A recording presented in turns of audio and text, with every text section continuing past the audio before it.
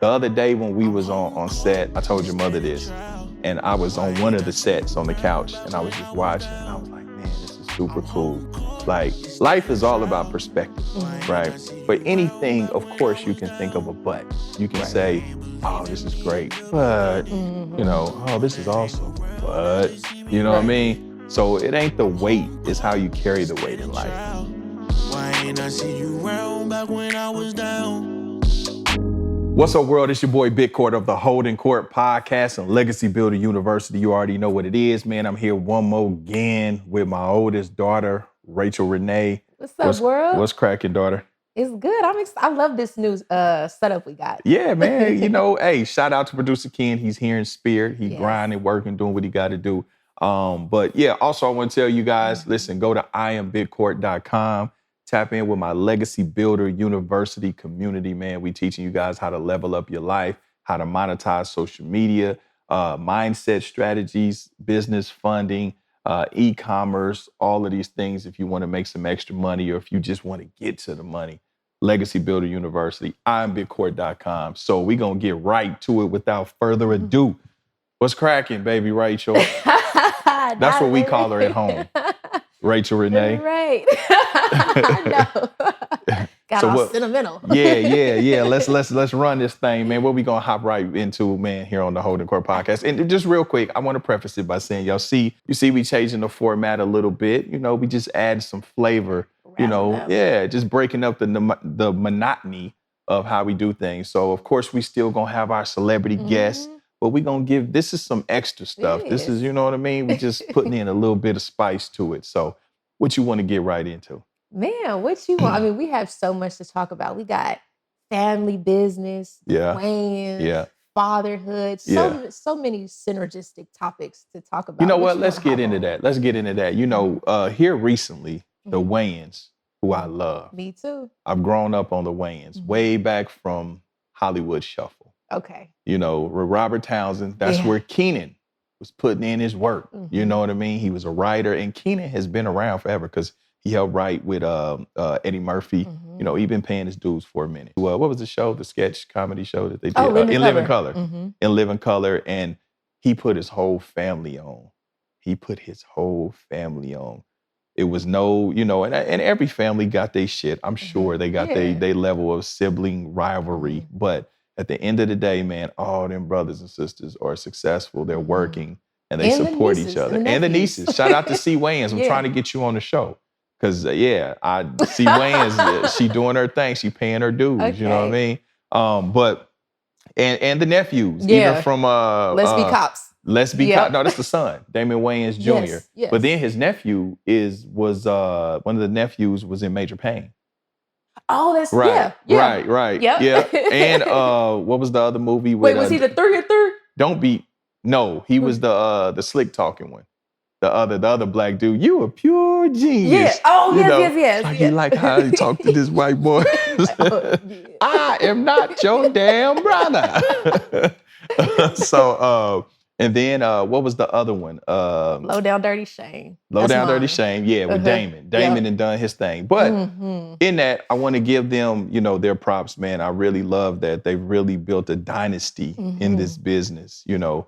And sometimes it can be hard to do business with family, you know. And I'm sure they have their struggles. It's just human, right? But nevertheless, they've kept it together. Yes. You know, so in doing that, you know, that has inspired me. Now, even though I'm an only child and I haven't been able to, you know, I will never be able to do that. But I have built my immediate family and I have my kids.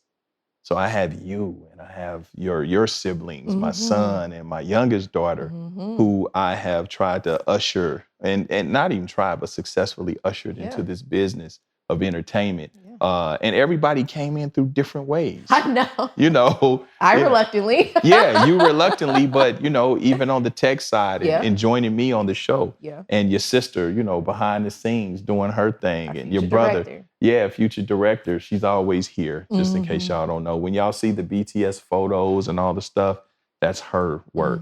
And I know y'all saw on the YouTube channel, man, she's working on a TV show. Shout out to Bentley Kyle Evans and his team, man. You know, they helped put her in position. See, that's the LeBron effect. That's the nepotism, you know, but it works. You know, we gotta look out for each other. Did you say? She acted like she wanted to say something. Right. She's like, no, please, she's like, no, quit talking about me. So my daughter's super shy. Yes. But so with that, you know, I feel really blessed, you know, to be able to do that. Like the other day when we was on set, I told your mother this, and I was on one of the sets on the couch, and I was just watching, and I was like, man, this is super cool. Like life is all about perspective, right? For anything, of course, you can think of a but. You can say, oh, this is great, but, you know, oh, this is awesome, but, you know what I mean? So it ain't the weight, it's how you carry the weight in life. But at that moment, I had a thought. I was like, man, this is super dope. Like, I'm from Kansas City, Missouri, and I was just a kid on my bike with dreams of stardom and what I thought this business would be. And from that space as that kid, you know, everything that I dreamed of from that space has come to fruition, you know. Now, there's levels to it, you know what I'm saying? It's like, you know, you dream about going to the NBA and some make it, but everybody don't got you know, ain't LeBron. Everybody don't got a jersey endorsement deal and Gatorade and all of that shit, right? So it's levels to it. But with that being said, I was just like, wow, you know, being a dreamer, then being able to spearhead and lead our family out here, then being able to execute it, not only for myself, but to also have a good name and have integrity and my reputation be solid to where that can be extended to my kids, you know? And I'm like, damn, my daughter is really working here on set on a TV show, you know what I mean? And then I'm like, damn, and my oldest daughter is on my show with me and she's working, you know, in this big way, you know, kind of quasi entertainment still, but tech. And I'm like, wow, my son, he's an aspiring actor, like, you know. Yeah, he's a UCLA Bruin, you know what I mean? And I'm like, this shit is in the DNA, you know, like the creativity and the business acumen and the I can do anything is in the DNA, you know? So how do you feel as my child being able to tap into that and then to see what the Wayans is doing and how important it is or how advantageous it can be to have these family businesses? Yes. You know? No, I absolutely love it. And I love the Wayans. And the fact that we both grew up on the Wayans, like it just shows you how I just had you super young. You know, that too. Yeah, we grew up together. And then grew up together watching the Wayans. But, you know, just everything that they were able to do. And it's funny because when I, you know, talking to my homegirl and, you know, Lavell just talking about all that. And I said, people really don't, when we were talking about the Vlad situation.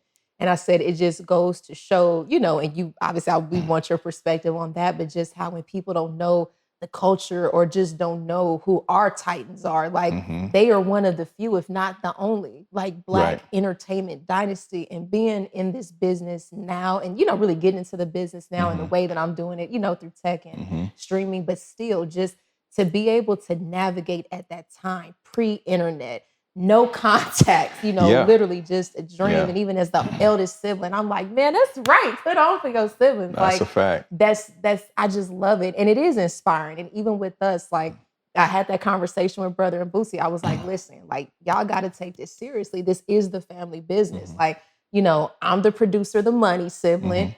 You know, Brother's the talent, Boosie's the director, BTS. And we need to, you know, make this work. And, you know, and I love that we all play off of each other's strengths and we cover each other's weaknesses. You know what I mean? We're not exploiting each other out in the media and doing all of this. I love that it's like, no, this is where you're good. We're going to run it like this. And we still give each other the space to create, you know, and be bigger. And even us merging, like with the streaming and, you know, the platform and, you know, our shared databases and all the good things that we have going on and, you know, the GMI and streaming space that you have. Like, I love it. And I want more people to see, because it's always that thing of like, oh, don't do business with family. And but it's like, well, only we really say that. Right. You know, like this is kind of where you start. And who better to do business with than people that know you, love you, and can even anticipate things about your character, you know, good and bad that other people can't. And they got you. So I love it. I'm enjoying it, but it's very interesting to sit back and watch and see it, even from an eldest sibling standpoint too. Like, oh, look at that. You know, Yeah. of course, you're like, oh, look at all y'all. But what you said was very important. The Uh-huh. fact that that family, at least from the outside looking in, seemingly everybody knows their position. Yes. You know what I mean? That's the important part. Like you said, people know their strengths and their weaknesses. Mhm. And you know, they Voltron this shit. You know what I mean? They Voltron this shit. Like, cause you know, yeah, you know what I'm saying? Or Constructicon, Voltron, whatever they did. But what I love is the fact that they still recognize Keenan as the patriarch Mhm. of the family. He's big bro. What we all trying to please Keenan. Mhm. We He want his started it. approval. You know what I mean? Yeah. And even though, yes, I'm Damon. Yes, I'm Sean. I'm Marlon. You know, Mhm. I'm worth this. I'm worth that. I've done this. We did this. But that's big bro. Mhm. So I love that. And I Mhm. think that's what keeps that family blessed and why it continues to, they're Yeah. able to still pass it down to like C. Wayans and you know, the nephews and Damon Wayans Jr. Yeah. So man, salute to that. That they're really an example of Black excellence, you know, or Mhm. excellence just in general. And it's not Yes. about perfection. Mm-mm. Because, you know, social media, they'll get Yeah. on there, oh, but you know Damon and oh, Keenan Marlon, and da-da-da, oh, Marlon right. is, we're not Don't talking care about about that. perfection, right? None of us are that, okay? Right. But, you know, like you said, they're one of the few, not the only, but one of the few entertainment Mhm. families that They have really sustained, and they're a mighty sustained. fist, and they haven't had those Yep. scandals. Right. You know what I mean? We ain't seen them really, you know, like just no major scandals. Like just regular life shit. Right. You know what I'm saying? Now, it was funny when Keenan got up on the computer with no drawers. Oh, yes. And he did. But I almost done that. he thought he was done with his little Zoom meeting and got up and just everything hanging. Keenan, I feel you. You know how many times I gotta wake up at the crack of dawn? Like I'm astute. I've been up. I'm a founder. Man, I just rolled out and had this blazer ready to go. Man, that man got up with his dangalang swinging and just and ass Whoosh, out. They like, no, the dance. computer's still on. He like, what?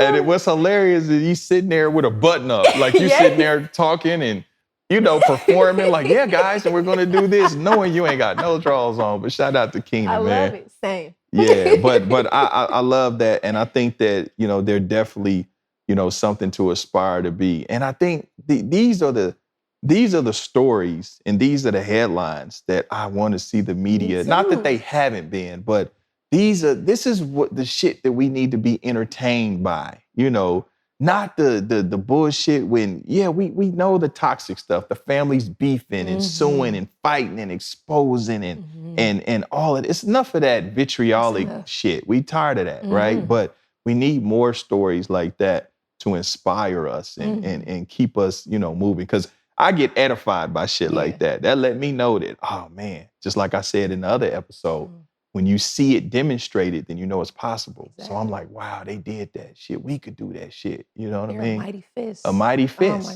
my God. They're a mighty fist, and they don't play by each other either. I love it. Yeah, and we know all you motherfuckers don't get along like that. We know that, but But it y'all don't matter. love each other. Yes. And y'all respect each other, right? Yes. So that's the part that I love. But, you know, but now kind of segueing into the family business that we have with media and what you have going on and what I have going on.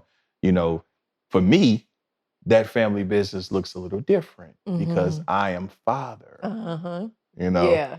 And it's funny, somebody asked me that. They said, who was it? I can't remember what it was, but they asked me, they said, you know, how do you find your footing with like doing stuff with your daughter? Because she's a grown woman, but she's still your child and you're still her father. And I was like, I don't know. It comes natural. And I said, because as long as she knows and I communicate to her that I respect her as a woman, but she still gives me that respect as her father. Yeah. And not only as her father, but even if you come outside of that as, okay, like you said, I know where you're strong at and I know where I'm weak at and vice versa. You know, so I know that you may have a little more experience in life than I do. But I also know how to yield to you because I've told people like, damn, it's a humbling thing when you have to ask your child stuff or You know, Yes. like people will start talking to me about something I have going on, Mhm. but she's quarterbacking it. And I have to say, yeah, you could talk to my daughter about that because I Right. really don't have the information. But but I love that though. And I completely agree. But I think too that goes back to just our relationship and Mhm, then also us knowing, accepting personalities, mhm, and then I think just us having similar philosophies when it comes to business because we mhm, do and that's why I tell people like I had a dual experience. Like I watched my career woman, mother, but then I watched my mhm, entrepreneurial dad who I was with. mhm, So I'm like, I have the structure of my mom, but I mhm. have listen, I'm gonna do what I'm gonna do with my dad. Right. Oh, So, yeah. that's just what it is. But in that, seeing you maneuver and then, like how you would tell me things like that would go on. I'm like, that doesn't make sense. Like, why don't they just do that? So I think our business philosophies of like, listen, Mhm. sometimes you may be the general, or the admiral. Sometimes That's a I fact. may be, sometimes I Yep. may have to be your supporting actress. Right. Sometimes you may have to be my bad cop. Like, I Mhm. think just like you said, knowing when to play your position. And it frustrates me because you see so many deals, so much just potential in certain situations just go out the window because people don't want to play their position. Yep. And this is why, and I always say this, I forever and a day love the OJs because them being able to put, listen, light skin in, you gonna go out in front. Dark skin in, Eddie go out in front. Right. Like that's how it's supposed That's to right. be. Like That's right. we supposed to be able to take turns in the spotlight and then even just in meetings, like knowing, like, you'll know, okay, I'm gonna take over the tech and then Mhm. entertainment. I'm like, okay, you had that a little bit more. I'm Yeah, still learning. absolutely. Like, Absolutely. I Yeah. love it. That's wisdom, Yeah. knowing when to speak and when to be quiet, because Mhm. if your overall goal is to win, that's the overall goal. Man. But it's those three little letters that get in people's way. Ego. Mhm. Ego. And the thing about ego is only who you think you are. You know what I mean? That's all Exactly. that is. That's just a projection of who you, and we all have it. We And all it serves have its it. purpose Yeah, sometimes. it does. It does. I have an ego the size of Texas. You know what I mean? So you know what I mean? So when I say it's who we think we are, yeah. Yeah. You know what I mean? And that my ego comes out when I feel challenged. If Mhm. I feel like you're trying to minimize me. Yes. Otherwise it's tucked away. Right. I operate without ego. But Mine is the Kraken Huh? that gets unleashed. Oh, I yeah. don't want to do it to you, but Oh I yeah, will. yeah. And it's because Yeah. I've been accused of being a bully, and which Oh, is yeah, crazy me because too. I'm only responding. I never, start anything. But It's always funny how that works. yeah, it's like no, I'm not starting. It's nothing. like, oh my God, just to talk, it's just real quick. Let's just divert for a split second. It's like when you posted on Facebook about the young Dolph and how you felt about yeah, going yeah, to Kansas City. And yeah. you was like, y'all worried about Cardi B. You need to do some cardio. And now everybody wants you to stop and calm down. I'm Exactly. like, but you was literally Exactly. dragged for no reason. Let's for the people that didn't see it. So let me give y'all the backstory. Please. Let me give you the backstory. So that was a great point. So I made a post as the young Dolph details were unfolding with his trial. I was like, wow. So it was really, just like Nipsey Hussle, right? I Yeah. think as you get older and you see the value in human life, Mhm. again, it's a thing about maturity and understanding your own mortality, right? So you can see yourself in these situations. You lose that youthful ignorance of invincibility. You understand, no, this shit can happen, right? No, I'm not Yeah. above any of this, Yeah. right? So I saw myself in these situations, which why they touched me. So I am someone who has transcended and someone who has, had levels of success and moved away. And I do go back and I fraternize in these areas that I Yes. come from. I'm very accessible, which is not always a good thing. I have people, shout out to Ice-T and people in my life that tell me I shouldn't be. I agree. Right. But, so those Legacy things builders. so I made the post from that standpoint of saying, wow, you can be worth millions of dollars and someone can be harboring such deep animosity for you Yep. to where you get taken out for $800, Now, and everybody, for the most part, with the exception of one of the individuals, knew each other. Mhm. So these are not strangers, right? You don't know, just like Nip didn't know. He probably didn't think in a million years that Shitty Cuz would do that to him because he knew him, right? So I was coming from that standpoint, right? So I just made a post that said, hey, man, this kind of puts me on notice to say, well, damn, maybe I shouldn't be going back to my hometown being so accessible. Killer City, Missouri, right? Man, the young generation drugged me. All it took was one little dusty broad. Always. One little dusty broad. I went on her page, she dusty as shit, right? She ain't had no action, no friends. And she on there, and so this is, again, he who controls images controls people's minds. She shared it and she prefaced it. Nobody knows you. You ain't nobody. He is putting himself on the level of Young Dolph. Ha ha. So when other people saw that who weren't in the know of me, they already were programmed to read it in that context, which that was not the context of how I posted it. Everybody, it seemed like 30, 35 and up got it. Yeah.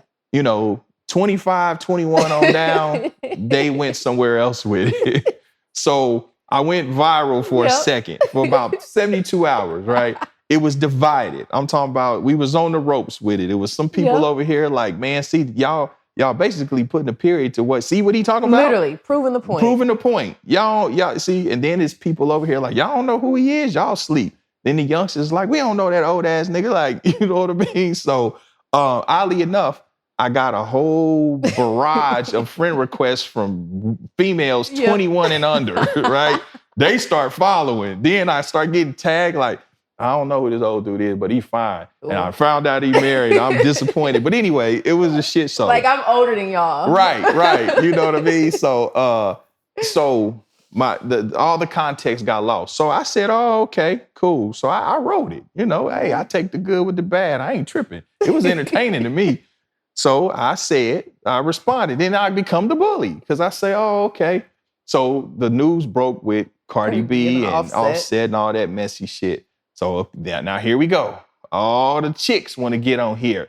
Yeah, because, if I was Cardi B and I did this and with my baby daddy, I'm like, no. Hold on. No, you dusty little bras. Where are all the posts of, I know you're not comparing yourself to Cardi B. Right. I know you're not putting yourself on her superstar level. Yeah, you know what I mean?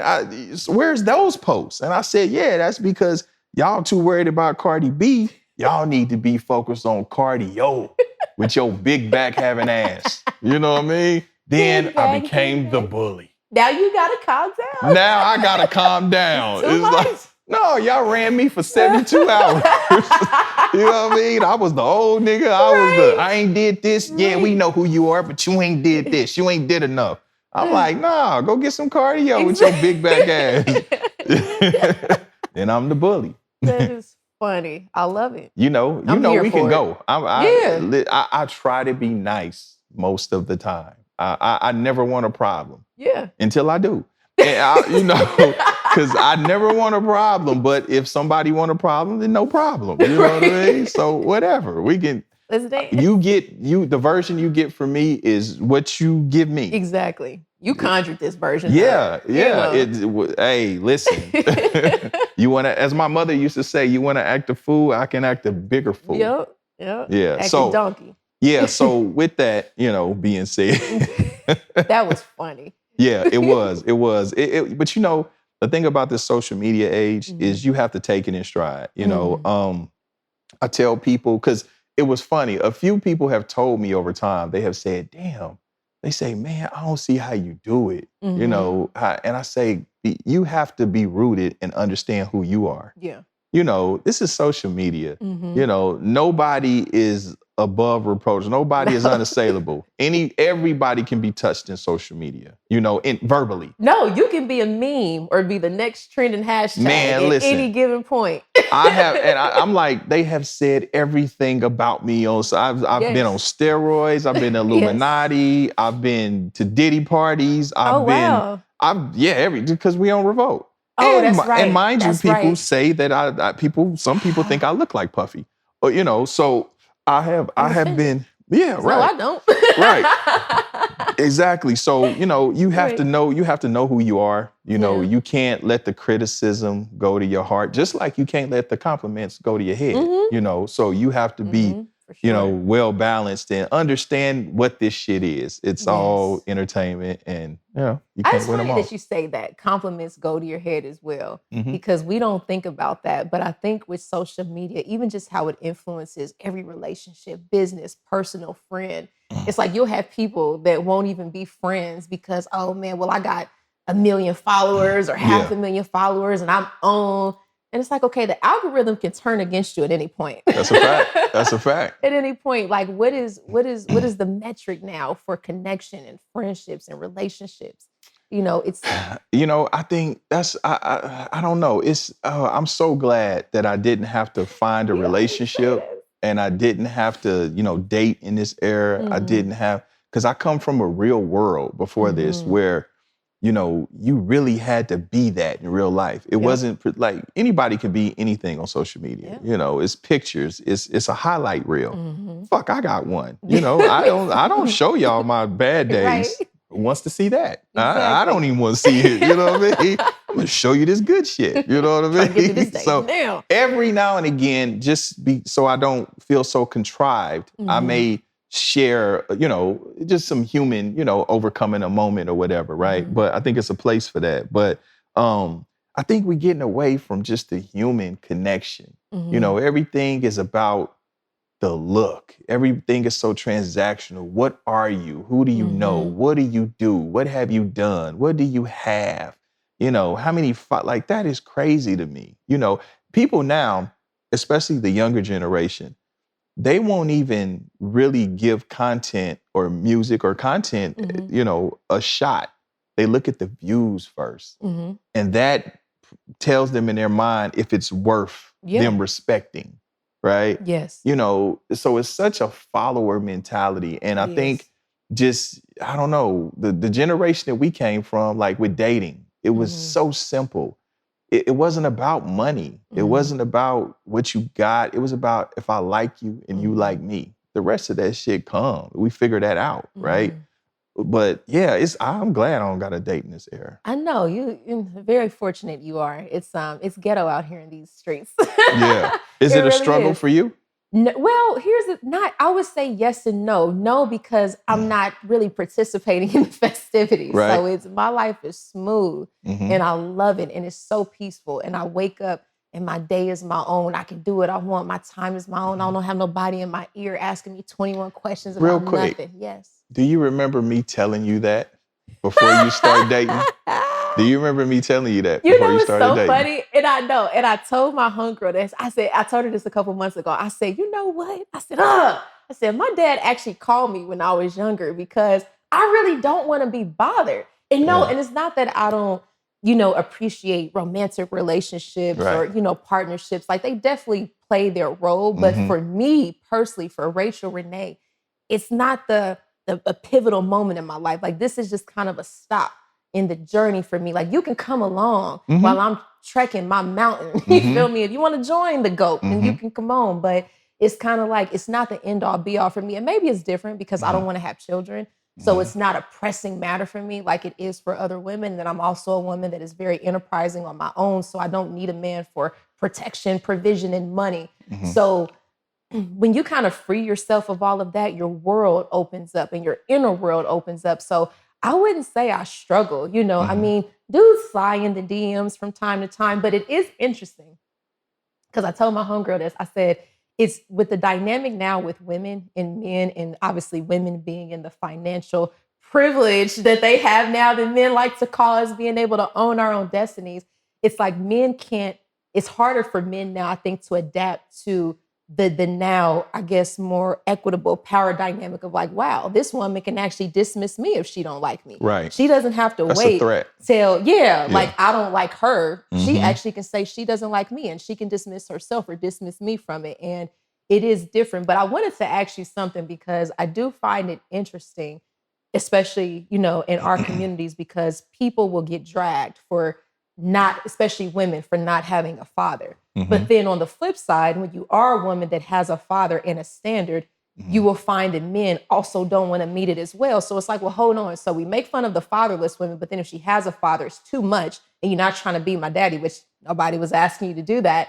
But how do you feel as a father, even when in terms of, when you look at Red Pill and the 50-50 and all of that, why would you as a father not want me or Boots with a 50-50 man? And then why would you not want brother to be a 50-50 man? Yeah, that shit whack. That shit weak.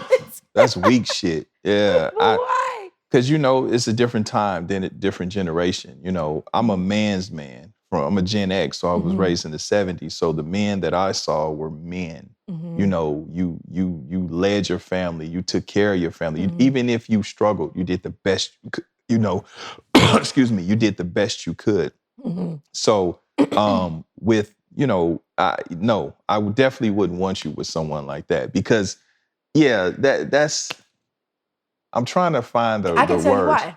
Huh? No, I can tell you why, because you told me this in one of my relationships and I never forget it. And you weren't saying this because, and let's make it clear, because I think when people hear women don't want to do 50-50, I think they hear, oh, this woman don't want to contribute. And that's not what that is. No, it's just that that's not what we're saying. We don't want a man with a stingy mindset because it permeates to every aspect of the relationship, not just the money. Right. And ironically, the 50-50 man will be like, oh, well, we trying to build. You can't build with a 50-50 person because they're too busy nickeling and diming. Every little thing, tit for tat. You can't build with nobody like that. And that's not my reality. So okay, no, it's not. Now this is the thing, me and your mother, we started off as kids. We had nothing, right? And I had less than her, right? So, and I can remember, she still teases me, and she said something about she said, what we gonna get each other for our birthdays? And I told her straight up, what I've been giving you. That's what I have to give you for your birthday. That's all I got to offer right now. But we kids, right? Yeah. We kids. And so, we never, ever, even when we were young, we had you, and we're teenagers, and even in our early 20s, living on our own, there was never a 50-50. It was us against the world, whatever the issue was. Yep. It was, let's just get it done. Because what happens is, and I can tell you this after being in a relationship for 30 plus years, there's been times where I was the breadwinner, And well, let me say this. Early on, your mother was. I recall. You know what I mean? Where she carried the majority of the load and I did my part. But then there was a big part where I'm the breadwinner and she does her part. Yeah. So it's a collective. We're a team. It's not a thing of your money and my money. No, whoever, let's get it done. That's it's what I'm our backs against the problem. Not us looking at each other like, okay, well, you see the problem? Yeah, well, what are you going to do? What do you have on it? Well, I think we should, But what do you think that is as a woman, I'm not, I wasn't raised, we weren't raised like that. I didn't even know that was a thing until really a couple of years ago. I was like, wait, people, because I didn't even function like that in my friendships. Right. So I'm like, if I'm not even acting like this with my homegirl, because my best friend come on, we in high school, man, listen, we want Chipotle. We gonna split a bowl burrito, what we gonna do? We gonna go to the movies, what we gonna do? So that, like you said, that teamwork but I think it also plays into that dynamic now of maybe, and I don't know, maybe because women are in a position that they haven't been in before, maybe men feel like they have to compete and they feel like, nah, like you're not finna get one off on me. And it's like, no, dude, like where I'm strong, like this is for us. My talents and skills are for us. Same way with you. So like, let's come together. Like you said, let's Decepticon, Autobot this, and let's just be a mighty machine. But it's like a lot of men don't want to do that. And then they don't account for a lot of the intangible values that women bring. You know what I mean? I'm gonna be honest with you. Even what you're saying is very, very eloquent. and very, well thought out and true. But it's not even that difficult. I agree. It's not even all of that. We it's have not to have even these a conversation. Like this is nothing to unpack. This is nothing to fucking unpack. It's you got a whole science. There's a whole thesis on this shit. But do you see why women are withdrawing from relationships because of this? I guess so. It's tiring. I can't identify with none of that because again, me as a man, right? Me as a man with your mom, and your mom has always had a career and she's always made good money. Even still, I always wanted to do everything as a man. It made me feel like a man to say, no, you know what? Your checks can just stack. I got all this shit. Go do what you want to do. And Don't worry about this, that. y'all. This is no cap. Remember, your mother's checks would just go in the bank and stack. And but that guess was just... what? When it was a rainy day, though, and things fluctuated, then we had that to fall back on. Exactly. We had that to fall. But I'm like, no. She had no problem. It makes me feel like a man to do everything. I want to be a fucking superhero. I want to be a man. I want to protect y'all. I want to, I made this shit happen. Yeah, you got my back. I know that. Yeah, we did this. But I quarterbacked this shit. So I can't identify with anything outside of that, to be very honest with you. I can't either. I cannot even, I can't fathom me either. Of me saying to your mother or us making a move and me saying, well, you got your half. That shit sounds crazy to me. I mean. Seriously, these are real conversations that women are having, and they're having these conversations while bearing children, while going to work, still cooking and cleaning, still doing wifely, womanly duties, still pursuing. And it's just like, my whole thing is, where did the disconnect come with men? Because, and I drive this point home so far because you came from a single parent household. This is true. Because men will get on the internet and say, well, we didn't see it modeled and we ain't had no daddy. But I'm like, just like right and wrong, I think and no, I'm not a man. I'm not that woman that's going to tell a man what a real man is. Right. But you as a man, just like with me as a woman, aren't there some things that are just innate in you? It should be. But, I don't know.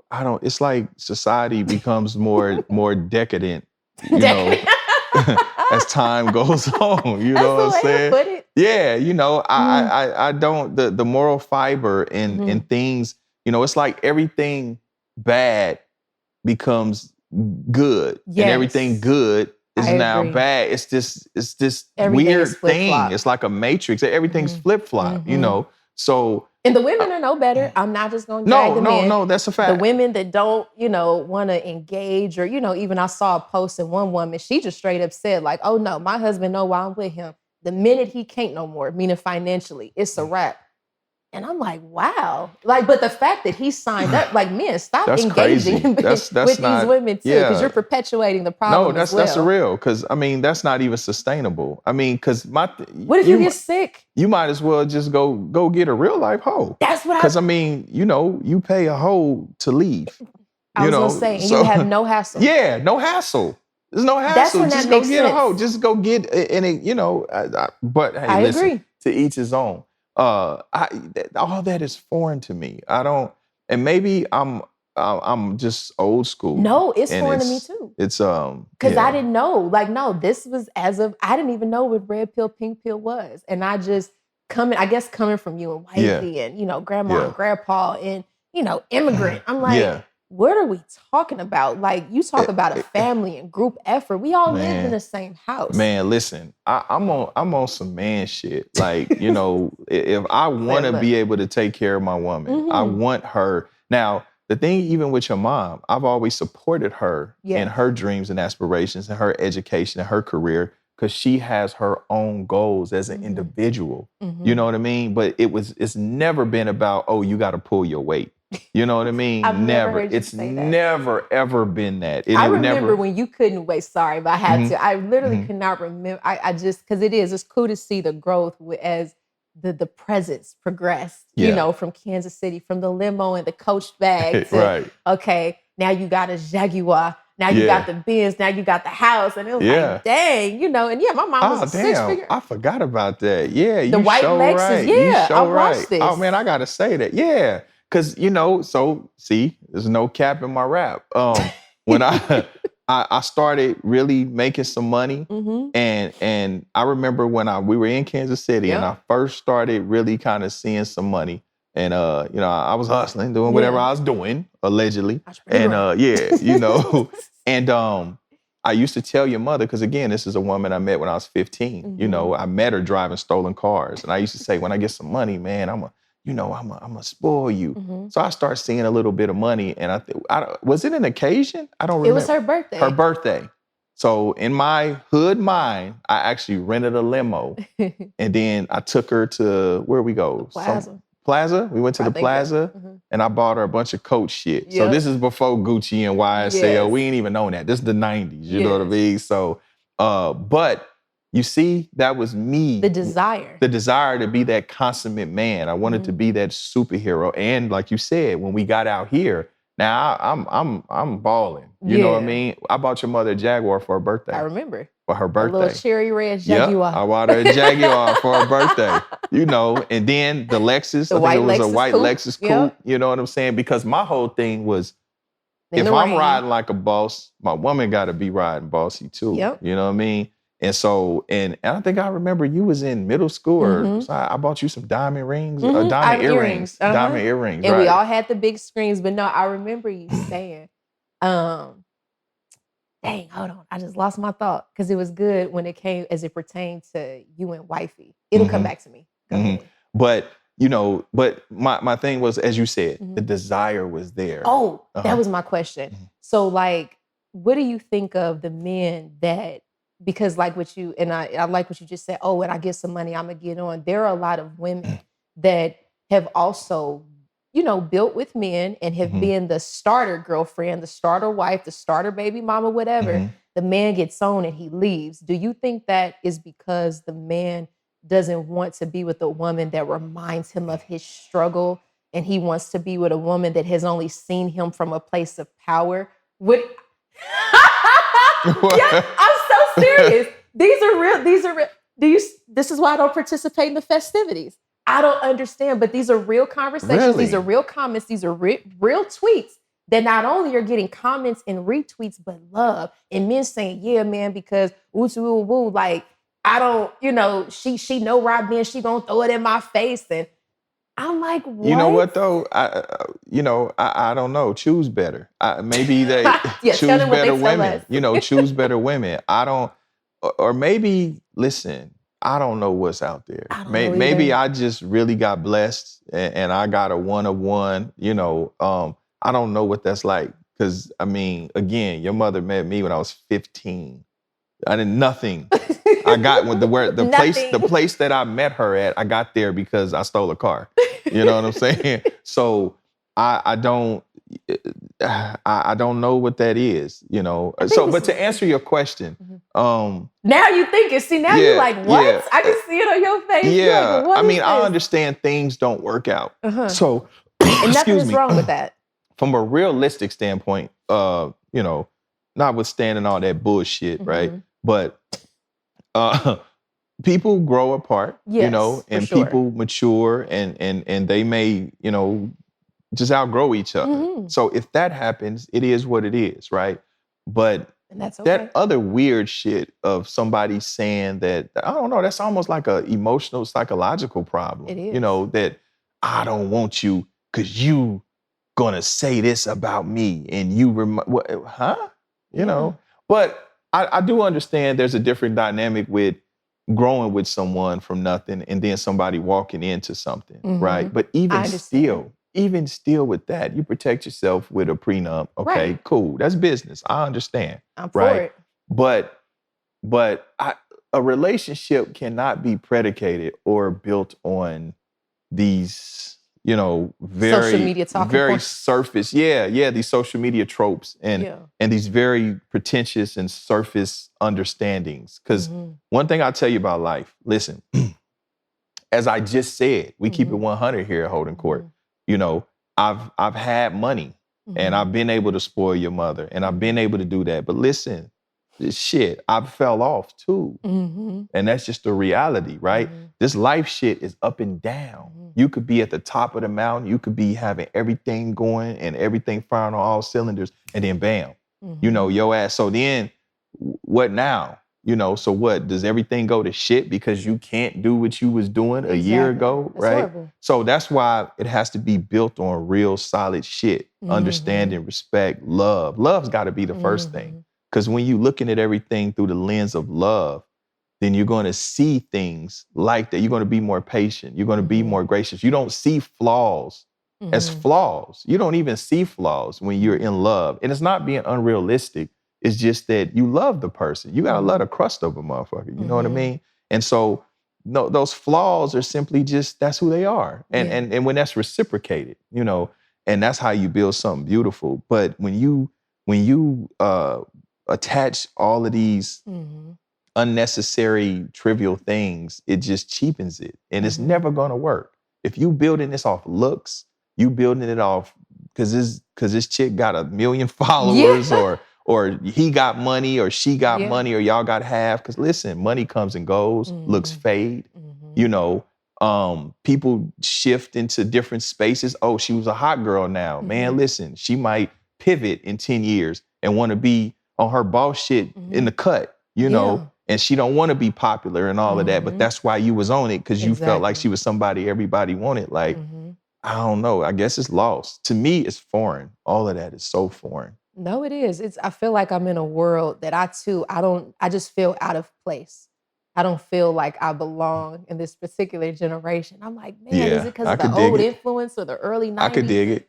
It's because you was raised in reality. You know, even though we had nice things, you were raised, you know, I'm going to say, you told me no. Yeah. No, that's important. Yes. That's important. Yes. Even going to what we were talking about previously with our family business and dynamic, like, because people I think they have this notion too of, oh, daddy's little girl, daddy's little princess, she get any and everything she wants. It's like, no, like you told me no, not now. You've explained to me why, you know, and it's like, okay, I understand. Like a little soldier. You know why? Because I learned this, right? If you live life long enough, to teach you how to live, as I always say.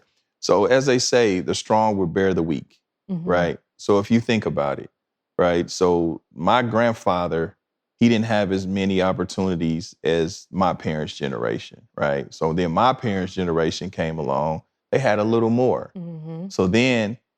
So as we get stronger, each generation, you know, but what we pray is, okay, I broke curses and I traversed roads that I broke a lot of curses in my family.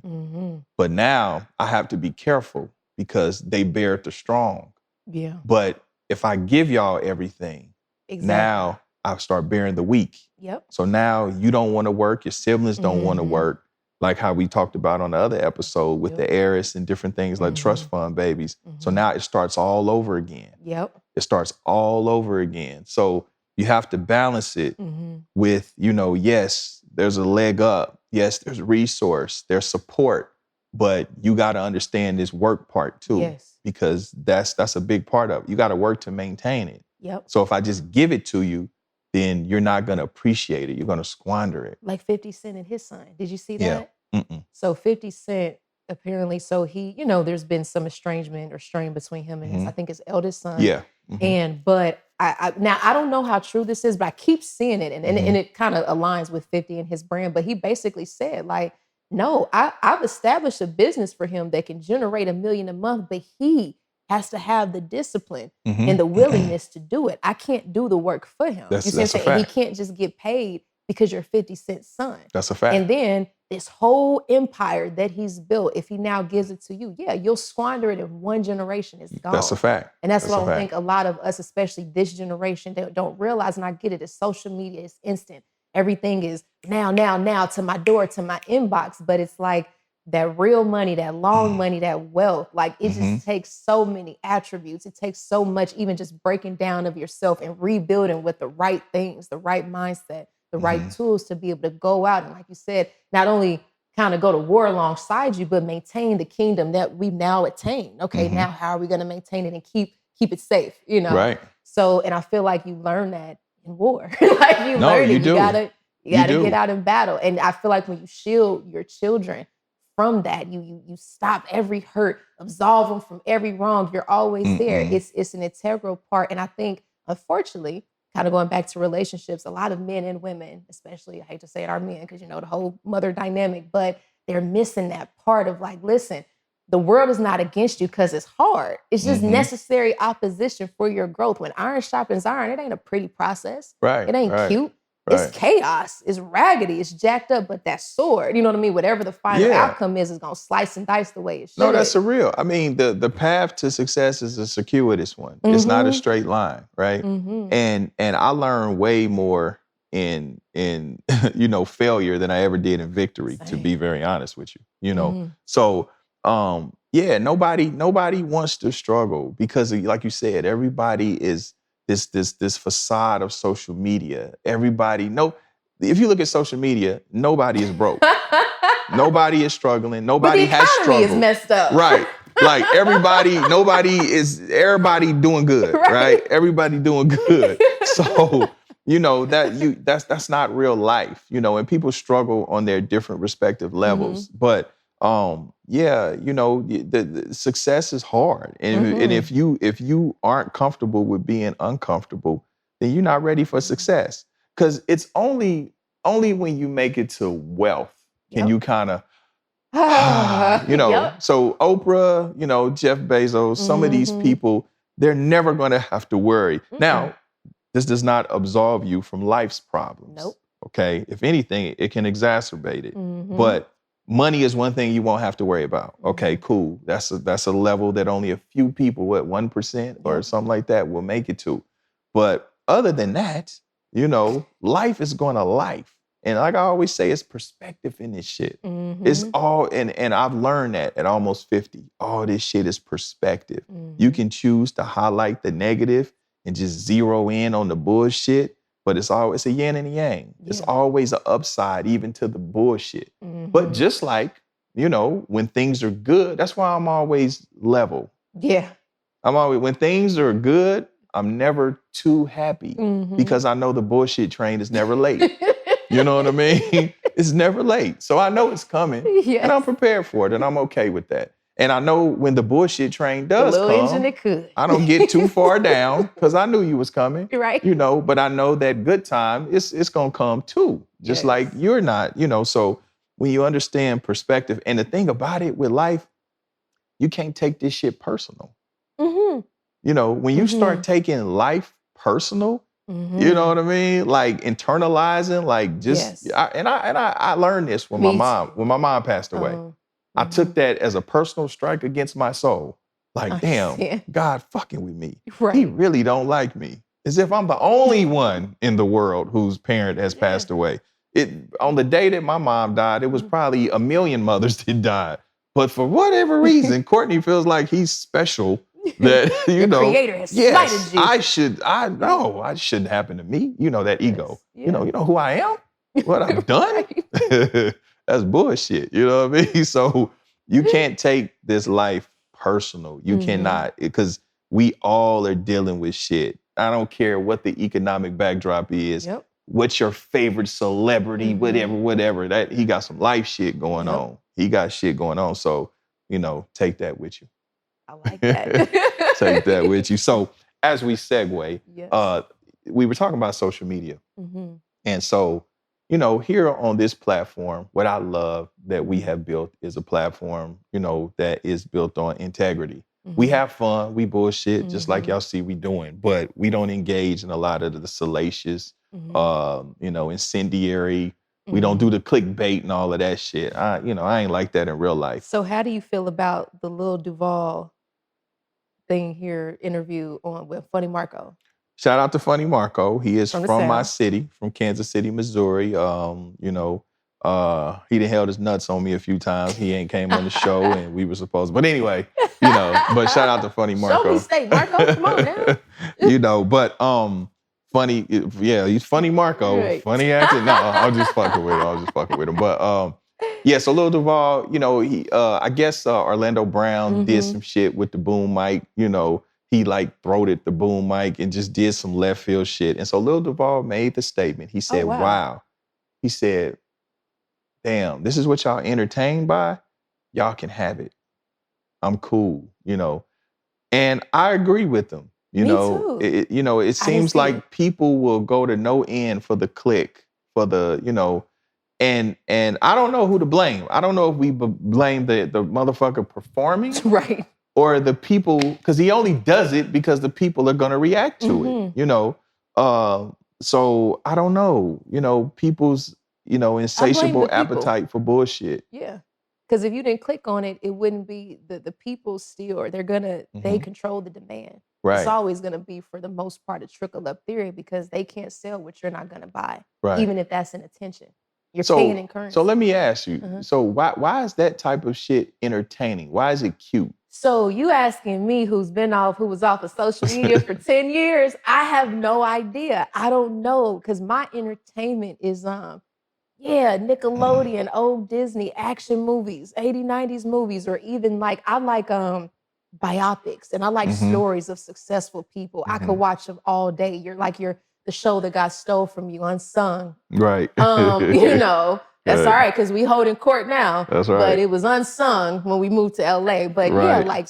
Shows like Unsung, and even when some of the people that I admire, they come out with their their documentaries. Like, I love that. I like seeing trial, tribulation, and triumph. I could care less about people's personal, unless it's something impactful. I really just don't care. It doesn't interest me. Remember, this is why I was so reluctant to come on here, because I was like, I don't know what's going on. Right. I don't even care to know. Right. And I got to catch up a whole decade of this podcast beefing with them and this brand over here. And now I'm like, dude, this is so frivolous. Like, the fact that this is a whole world to me. And no, it still is shocking to me, because even YouTube, and people think it's funny, but seriously, I thought YouTube was for conspiracy theories, how to learn to do stuff, audio books and stuff. I didn't even know this whole space of YouTube existed, of mess and gossip and drama. I was like, this is what people, just to even think about all of the jokes that I didn't get in like social settings that just went over my head because I didn't see the meme, I didn't see the beef. Right. So I have no idea what that is. But you know what? I do think that people are, and it goes back to just that general unhappiness in their life. I think when people are discontent, not only discontent, but truly, if you don't have enough going on, after filming, after being a tech founder, after being a producer, a sibling, a daughter, after being Rachel Renee and Rachel Richardson, I want to chill. I want to have a little joint, go to sleep. Right. I don't want to see no foolishness. So I have no idea. I don't even want to take it into my spirit. That's what I'm saying. I don't live my life like that. So if I have peace in my life, right, if that stuff is not a part of my reality, why do I want to introduce it into my psyche and into my world through social media? And listen, I get it. There's a place for everything. I understand entertainment. I get it. I just feel like some of the stuff on social media, I think what you're looking at is you're looking at train wrecks. You're looking at mental illness. Yeah, you're looking at, and you're being entertained by somebody's, they're down time, And on a serious note, and I'm glad you said that, because on a serious note, even going back to Major Pain, like every time I look at Orlando, I can't help but see Tiger. The little engine that could. Oh, wow, that's right. You want me to take your mind off that pain? Like, I'm like, man, how did I forgot he was on Major Pain. Yeah. He was Lil Tiger. He sure was. He sure was. And I'm like, how do we go from this to this? And I feel him. Same thing with Brashear, the dude from Empire. Yes. That's horrible. No, that's heartbreaking. We ain't even got to get into it. But to see that, I'm like, y'all are entertained. Y'all think it's funny. Same thing with Justin Bieber. We think it's funny. These dynamics of people's lives are really being impacted. I don't find it hilarious. That's the part. Yeah, it's weird. It's weird. I'm out the loop. I'm just not of this. Even though I'm very active on social media, I'm still within my bubble. I'm still attached to and anchored by reality. I'm not ever going to sell myself for clicks and views and all of that. That's not even who I am in real life. And I don't, people think it's the turn up. Oh, it's lit. It's funny. And I'm like, no, we're laughing at a tragedy. Like, I understand performance. I understand if you're performing and okay, Charleston White, he's controversial, but that's a performance. I understand that. The context of Brenna. Yeah, you know what I mean? Like you know what I'm saying? Yeah. No. Like that's performative. I understand that. No matter how incendiary or left field or offensive, you understand this dude is in his right mind and he is performing. This is a character. But when you have someone presenting themselves as themselves, and this is me having a mental breakdown or a mental meltdown or some type of substance or whatever the case may be. And then people really be believing this shit. Like, yeah, that boy ain't crazy. that nigga, he be saying some real shit. He said, and I'm like, man, that nigga just throwed it a whole boom mic. And you're gonna take him serious? And he said he slept. Did he really? He did. And he said he slept with Bow Wow and some other people and then double downs on like just who's for and I'm not for this. Yeah, like so are we that thirsty to be entertained? You know, and I'm not coming from a holier than thou, high and mighty place. People need somebody to stand on. And I think it's part of it. People need people to look down upon and say, man, that's crazy. That's wild. See, at least that's what I think it is. I agree. Because that's the only logical explanation, because it's highly disturbing to my spirit. I agree. And you know, I don't know. Maybe we just leave it there. Yep. People need somebody to stand on. That was a great. Feel tall. There it is then. There's the answer. My daughter just gave it. People need some. Oh, that was deep right there. Mm-hmm. That was deep. So, okay, on that note, real quick, because again, this is a you know, we like to talk about rap in this joint.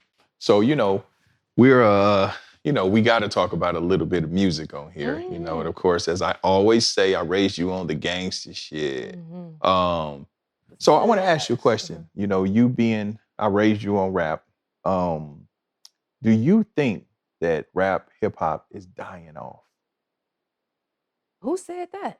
I saw that somewhere, the debate. If it's dying. That's a really good question. So you know what? I think that rap has to go through another evolution, as it's always had. Like you have the golden era of hip hop, which is my favorite, obviously the 90s. But I just think that maybe now what it is because culturally we're shifting as a people. And I think we're realizing the implications of programming and just what affects our culture and really on a day-to-day basis.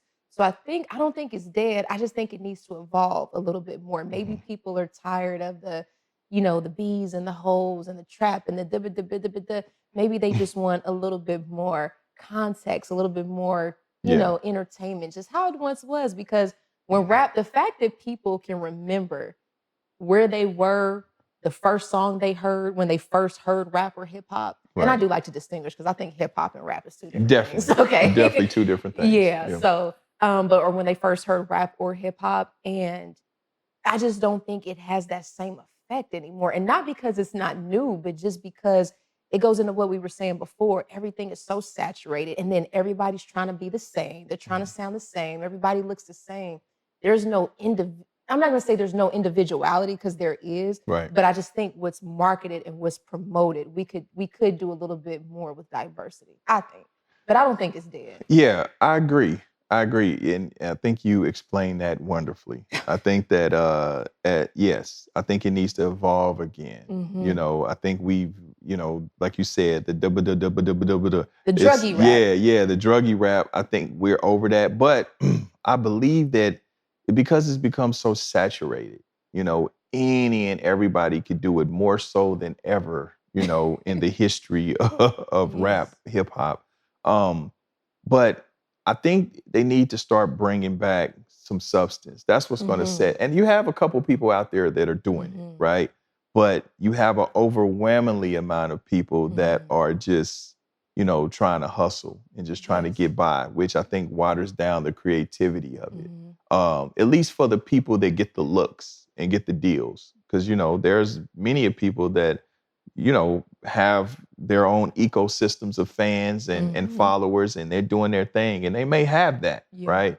But I don't know. But what I do see that's shifting, I ain't gonna lie, for probably about the last year, maybe two, that I've paid attention to, I feel like women have taken over. Oh, man. I feel like women have taken over, and if it's dying, they are saving it. No, I agree. Women are, and you know what I do like, and I'm proud of the girlies, because man, but I love that they're collabing with one another. Like you got Meg and Glow, you know, Lotto and them. Like they're not trying to compete with one another. Like they understand that like it's strength in numbers, it's strength in our brand. So let's come together and, you know, I call it, coochie power that you hear. Lord. Yeah, no, but seriously, Lord. that's what it is. They want to coochie power it up.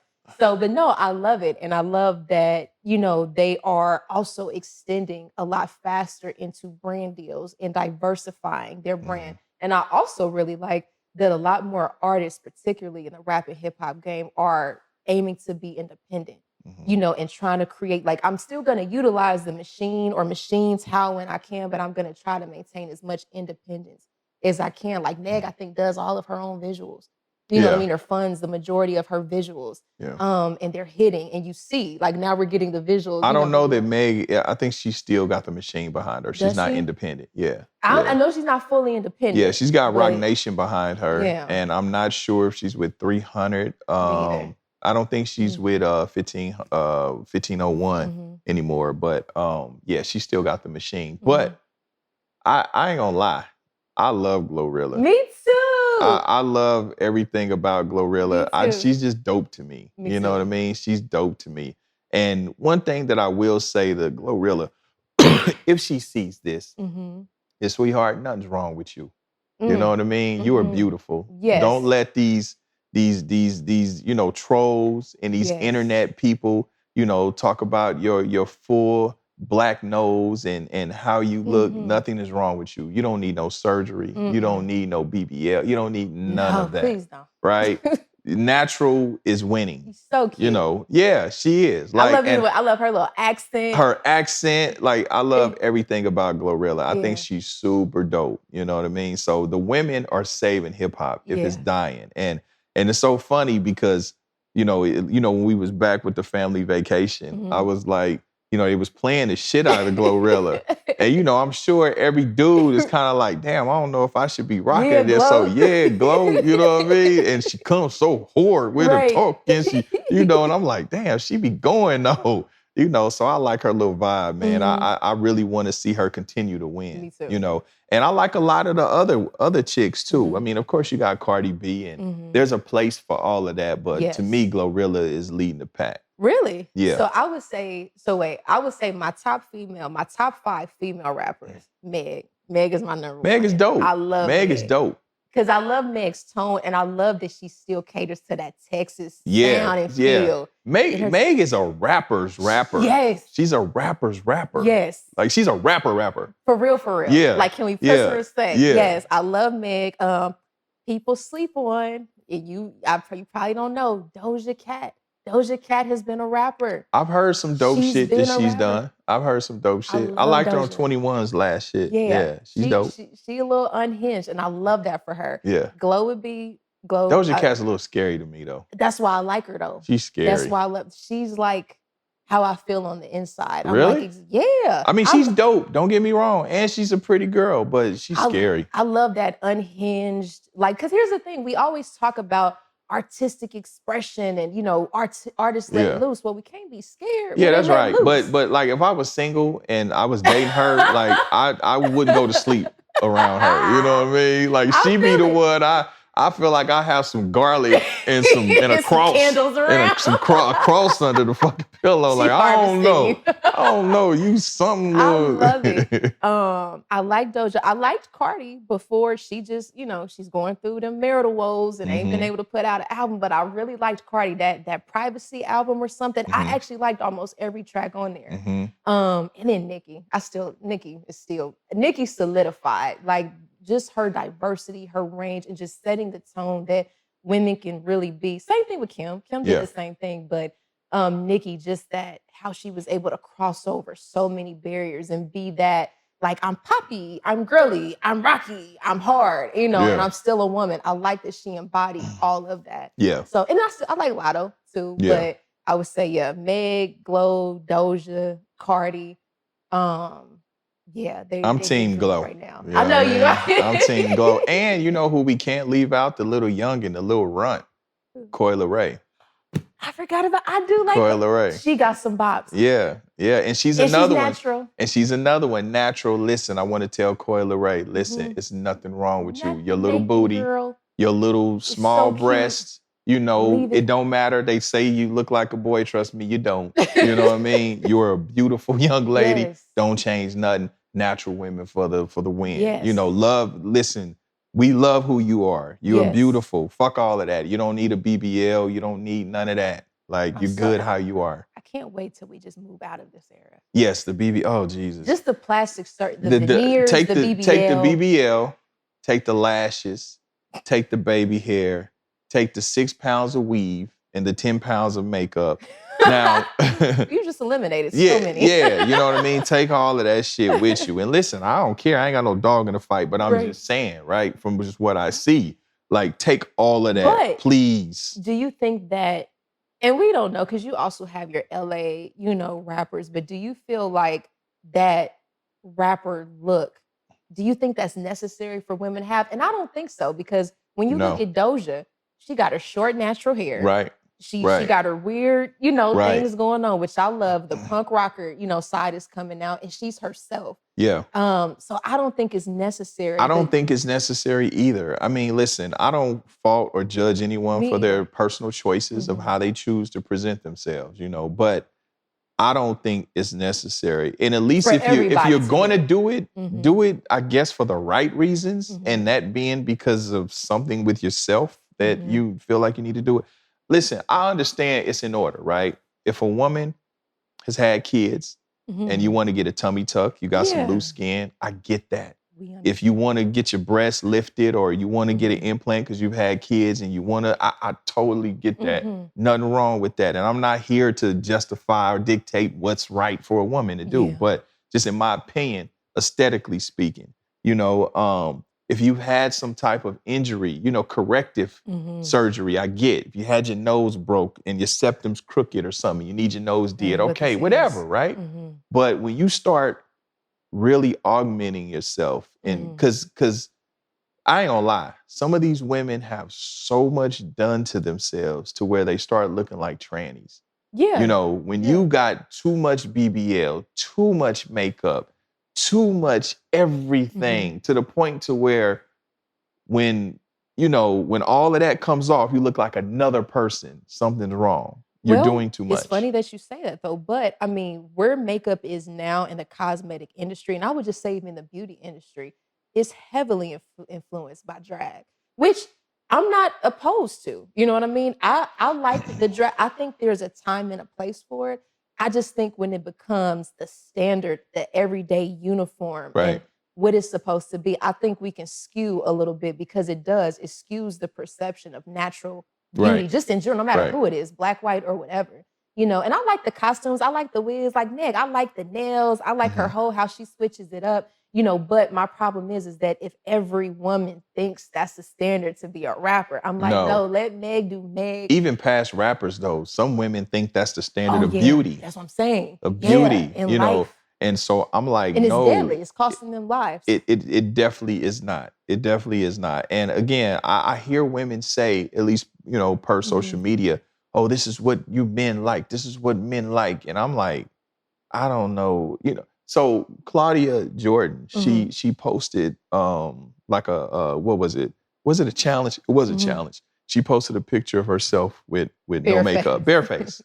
And I think she even posted a picture, or I saw a picture of like women from the 90s saying this is the golden era. The golden era. And I'll be honest, I was there. You know what I mean? Man, listen, beautiful women, like a little bit of makeup, powder, maybe some eyeliner, lip gloss, lip gloss. Maybe back then, because weave wasn't a big thing, maybe they had like a piece or two, a couple tracks for fullness, but they had hair, right? They had to get the layer. They had hair, and natural bodies, and maybe every now and again, if it was a woman that, had a rich husband or something, maybe had implants, right? But all that old extra shit, no. It became too much. And no, that's what's crazy, because, and I love the 90s to watch. Like we were watching, this was a few months ago, we were rewatching Best Man. And remember when Regina Hall came out and she was dancing? She was Candy. And I looked at her as a girl and I said, dang, she was actually slender. Like she wasn't no super thick, big booty. Right. I was like, she was just naturally bomb. Yeah. And even as a kid, I vividly remember like, I want to look like that. And then now as I'm grown, I'm like, she was so teensy. Right. You know, she's coming to her woman body now. Yeah. She was in like her 20s or 30s then. But even not to allow the natural process of your woman body to come in and, you know, just all of it. It is very disturbing. And I don't like it because now you're getting these teenagers. They're coming out 18, 19, veneers, filler, fox eye, you know, something else. And even with the veneers, right? Because, you know, They stress me. Yeah. I mean, I've been fortunate to have good teeth, right? But, and I think there's a place. You should be up on your dental, right? But I'm going to tell you one thing that my mother used to tell me, because even my top teeth were straight perfectly. My bottom teeth, I had a little bit of crowding, which is why I inevitably end up getting braces. But I remember my mother saying, no, your teeth have character. Yep. You know, leave them like that. They don't need to be perfect like that. And so I always kept that in mind. Like, okay, your teeth have character, right? Yes. So, but I get it. If you got a million teeth, you know, in your mouth fighting for for position, or you just braces? Yeah. Well, sometimes I don't know. Lingual, but no, because people will say, and no, the reason why veneers disturb me particularly is because number one, you got these baby shark teeth under these caps that are inevitably gonna pop off. Yeah. Okay. Yeah. So biting in the apples, biting in the burgers, you may be a little nervous every time. I like to eat too much for that. Right. And then this is the bone. This is an extension of your skeletal structure that also is going to shape your face. And just like acrylic nails, that they got to buff that nail every time. Don't matter if it just popped off. They got to buff it each and every time to reapply that nail. At some point, them teeth are not going to be able to withstand that veneer. Infection will ensue, gum disease, breakdown, all of these things. And I'm like, you'll spend $200,000 on your mouth and you could have went and dropped 5 racks on braces. That's a fact. Maybe another rack on a cleaning. That's and a then, fact. oh, I don't want the braces on camera. There's lingual braces where they put them on the inside and there's Invisalign. You don't have to ruin your natural, beautiful, God-given bone teeth that you need to eat and survive. I'm very passionate about teeth. No, obviously our family is. Yeah. Right? Because we all had, and I got braces at 40-something years old. Yes. You know what I mean? And I remember, funny thing is, I remember getting braces, and I was still hustling back then. I paid for your braces with like $5,000 in a brown paper bag. If you remember, we went to the orthodontist, and I pulled the money out like, and they was like, "Oh, you're paying in cash?" I was like, "Yeah. What else? I wasn't on no bank cards and no shit like that." But anyway, yeah. And you know what kills me too, though, is I will see some chicks that will now on the other side of it. I will be honest. I've seen some mouths that need fucking veneers, right? Or they need some work. Yeah, for sure. But I'm like, damn, you got all this makeup on, you got all this weave, you think you cute, but your mouth is crazy. Like that's crazy work. Like your teeth is a mile apart. You know what I mean? And like, why you need a veneer? You know, you need a veneer or 2 or 3 or 4. You know what I'm saying? So, you know, so I think there's a place for it. But if, you know, listen, everybody got their choices. I mean, I'm with you. You know, go get braces. I was on camera with braces. I did movies with braces. And I was 42, 43 years old. And I used to get cute with it. I had colors and shit. Right. You know what I mean? I had green rubber bands. I even had pink for like breast cancer awareness or something. I had pink. Boots, I think didn't you ask me to get pink or something like that? I can't remember. I think my daughter told me to get, I can't remember, but you know, I have fun with it. So, you know. I'm all for it. No, I want people to really just get in all of it. Even with the breast plants, you have explant, breast plant illness, the BBL, them BBLs killing y'all. The BBL, sorry, my sister's a fool and I hear this all the time. BBLs killing y'all. Like you have BBLs that are taking women out. And I'm like, girl, squats. You know, red meat, potatoes, fruit, you know, I just want people to just get back to like address the core, because what I do want people to understand is that this goes for men and women. Sometimes that look of money and refinement is really lifestyle, like your health. What are you eating? What are you intaking? And then and what are you surrounded by? Because if you're stressed and you're pressed, it's going to show up in your skin. Right. Your adrenaline's always pumping. So sometimes the look of health and wealth is on the other side of lifestyle change. Is not necessarily cosmetic surgery all the time, you know? So I do want my daughter people dropping them jewels. That's real. And that's a fact, because I even look at that, you know, I kind of look at dental care. I look at your skin. I look at, just the upkeep of who you are and how you present naturally. Yes. Because you can, like you said, you can have craters in your face and, you're not eating right. Your lips black, your gums black, and you can have on a Richard Mille. You can have on all the designer. But I'm like, yeah, but shit, you probably gonna be dead in 5 years from gingivitis or something, you know what I mean? So, like, your choices is crazy. Your choices is crazy work, or I've seen people get grills on teeth that need to be pulled. And I'm like, damn, you got a grill, but you missing a side tooth. Or, that rotten tooth down there looking at that grill like, motherfucker, you know what I'm saying? Man, that rotten tooth looking at that diamond tooth like, you motherfucker, I'm down here kicking your ass. Like, you need me. So priorities, people, priorities. Please. But lastly, I wanted to segue into something that you actually brought up that I didn't know about, which you said something to the effect that what you said, DNA tests are being required for after every birth. So now y'all can fact check me in the comments, but I read somewhere there was an article that said that, I guess it's not in every state, but in certain states, they're going to start requiring that right after the birth, you have a DNA test. I 100% agree. I 100%. Even with a married couple? Yes, absolutely. Oh, so everybody? Absolutely. Oh, wow. Yeah. Okay. Yeah. And but what's changed in Texas is that it's funny. So in Texas now, here's a new law. Even if you are married, you cannot go through your spouse's phone and prove infidelity anymore. If you go through it's called electronic communication fraud. If you go through your spouse's phone in Texas, and you say, no, I can show they were so, you better go old school and get a private investigator because they're going to charge you with ESC. Oh, that's crazy work. Ain't it? That's crazy work. Like, if you get married in Texas, but no. So I saw that the same time I saw the DNA and I was like, yeah, this is why I'm not engaged in the festivity. Hey, so listen, all you cheating ass niggas, man, y'all better move to Texas, better relocate to Texas, and then just leave your shit unlocked. Right. Just go ahead. Go ahead. Ain't nothing you could do.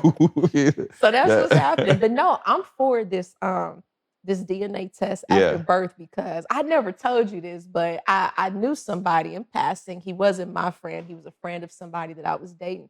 And this man, my heart goes out to him. He went all through the emotions of being a first-time dad, all the stressors, getting a new job, relocating, setting up the new apartment, posting the pictures, me and my son, to find out almost a year into it that that's not his son. And the ultrasounds, and the ultrasounds that he got, the woman got from her homegirl that was a nurse at like Kaiser. Wow. And no, do you see the depths? And my mind can go to some places, like, come on. But even I have been amazed at the ways that women have been able to maneuver these men into fathering children that are not theirs. And you're talking a lifetime worth of money, time, resources. And emotional connection. Yeah. That's what I'm saying. How could you not want to strangle somebody? Yeah, that's crazy work. Yeah. So I'm for it. Yeah. Absolutely. I again, another reality that has never been mine. I've never thought that y'all wasn't mine, and especially you. Me and your mother used to laugh because she'd be like, "Oh yeah, so really, you going more with her?" It's just like they're gonna boo your ass as soon as you come out there. So, but yeah, that's unfortunate. But listen, I do know it's treacherous out there, and there's some diabolical people, women and men.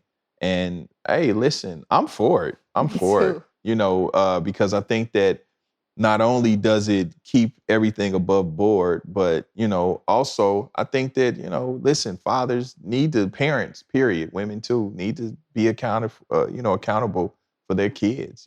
So many people would just make kids and just step away and leave them, so when that it's documented that, nah, this you over here, player, you know what I mean? Exactly. Like proven, yeah, that's you right there, So I think there's a place for that, I don't know what the ripple effect of that could be, because I know surface, it sounds good. But then, when people violence. Yeah. when people unpack it, it's like, yeah, but what about this? It's like, oh yeah, I didn't think about that. Well, yeah, no, I thought about it because I did think like, and I know the first one would be like, oh, well, domestic violence against women, domestic abuse against women. Like, what if these men find out that this not his child, now she's at risk?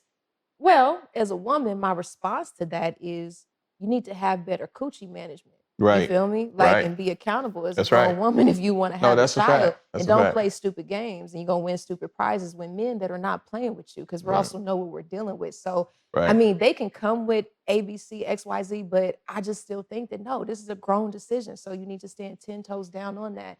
And people need to know what's going on because if I were a man and I have outpoured everything I have just to find out that you're not even mine, yeah, I would. Yeah. I'm not saying that I would have to plead insanity because for a split second, I would just, the anger that would surge through my body would just be out of this world. But what about, playing devil's advocate? What about the women that truly didn't know or miscalculated, or really thought that, oh, wow, I really thought you were, I had a situation 6 weeks prior, and then broke up and I met you, we fell in love. I was on a rebound, but I thought it was with you. I thought that was 6 weeks ago,